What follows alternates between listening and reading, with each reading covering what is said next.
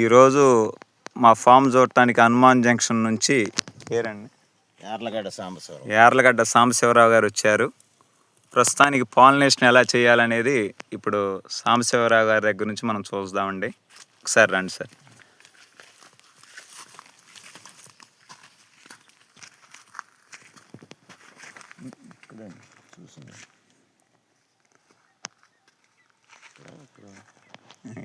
ఇదిగోండి. ఇప్పుడు ఈ రెక్కలు ఇలా ఉన్నాయి కదండి, ఆ రెక్కలు తీసి లాగండి.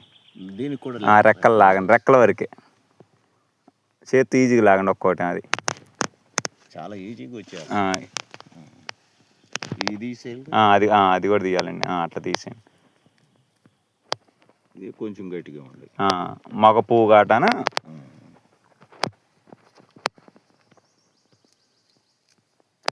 ఫ్లవర్ కట్ చెయ్యి అంటకూడదు.